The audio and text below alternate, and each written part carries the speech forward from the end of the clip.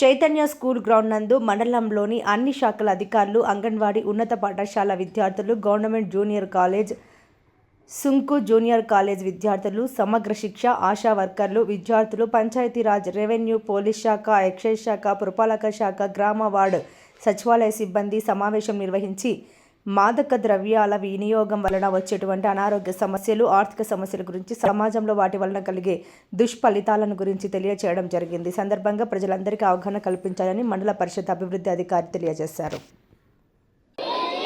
అవగాహన కలిగి ఉంటాను, నాతో పాటు ఏ ఒక్కరూ డ్రగ్స్ బారిన పడకుండా కృషి చేస్తానని, డ్రగ్స్ అమ్మకం, కొనుగోలు చేసే వ్యక్తుల సమాచారాన్ని పోలీసులకు తెలియజేస్తానని, డ్రగ్స్ రహిత జీవన శైలిని అనుసరిస్తానని, డ్రగ్స్ రహిత సమాజమే లక్ష్యంగా సాగుతున్న